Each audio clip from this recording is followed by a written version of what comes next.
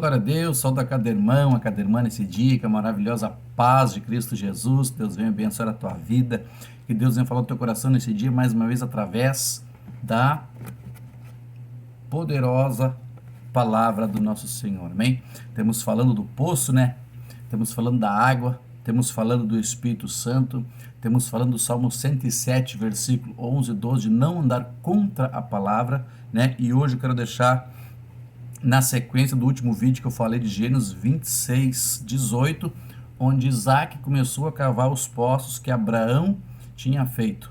A Bíblia diz que depois que Abraão morreu, os seus poços foram entulhados, amém? Então hoje, o que eu quero te dizer é que tem muitos pastores descendo a sepultura, né? Deus tem encerrado o ministério deles, e depois que eles morrem, o que eles ensinaram vem sido deixado de lado, ou seja, abandonado. Então Isaac começou a cavar os poços de Abraão, ou seja, ele começou a trazer à tona aquilo que o seu pai fazia, aquilo que o seu pai ensinava, porque temos que ter água, né? Sem poço não tem água. E sem água nós passamos sede. Sem sede, foi o que Deus colocou no meu coração agora de manhã aqui, uma insatisfação.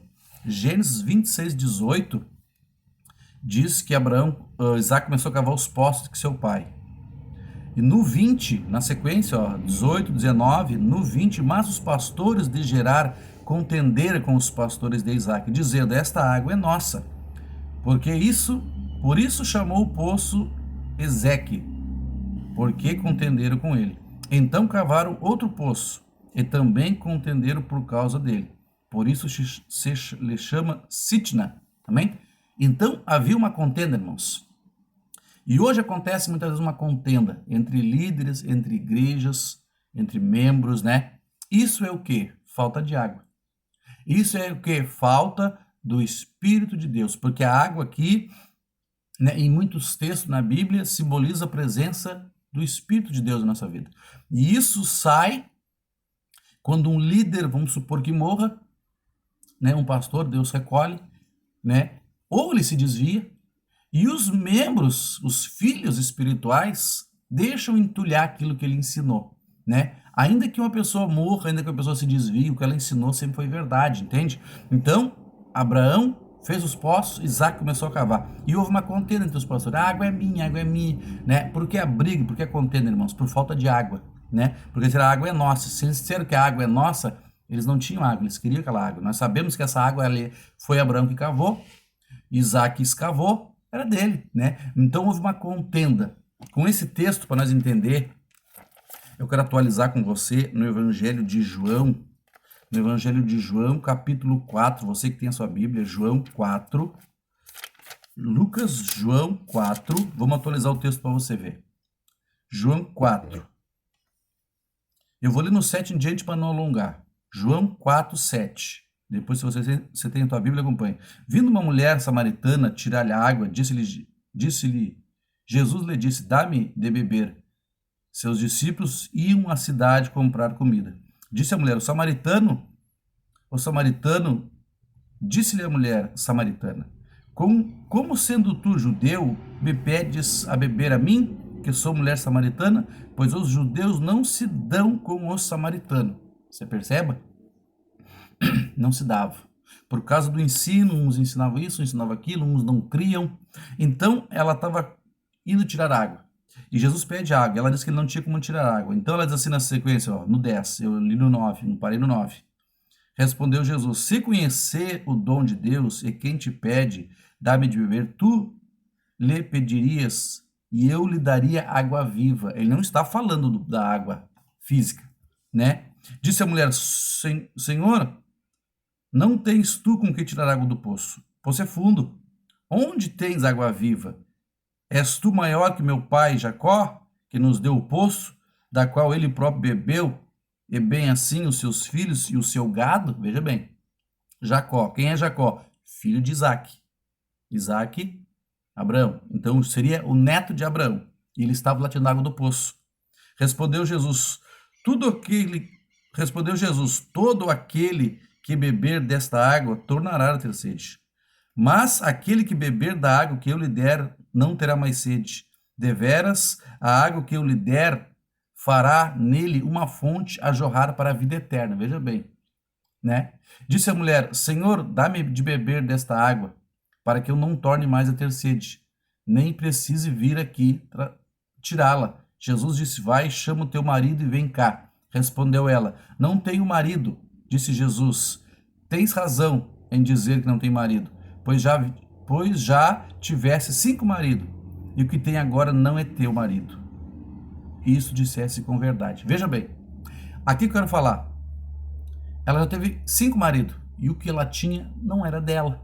Por que ela teve 5 maridos? Por causa de uma insatisfação espiritual. Então Jesus vai dizer: eu tenho uma água para ti. Ou seja, não adianta tu ficar trocando de marido para querer uma felicidade. Você está entendendo? Certa feita, uma irmã nossa muito chegada aqui de casa, ela disse assim: eu vou trocar de rua, vou trocar de cidade, eu não aguento mais as brigas, as perseguições. Eu disse assim: irmã, não adianta tu trocar de cidade. O problema não está na cidade. O problema não está na rua que tu mora.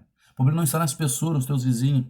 O problema está é Satanás te perseguindo, porque tu não te coloca na brecha, porque tu não repreende, porque tu não ora. Tu vai trocar de cidade, o diabo vai trocar só o vaso, vai continuar te perseguindo. A Bíblia diz: sujeitai-vos a Deus, resistir o diabo e ele fugirá de vós. Tiago 4. Você está entendendo?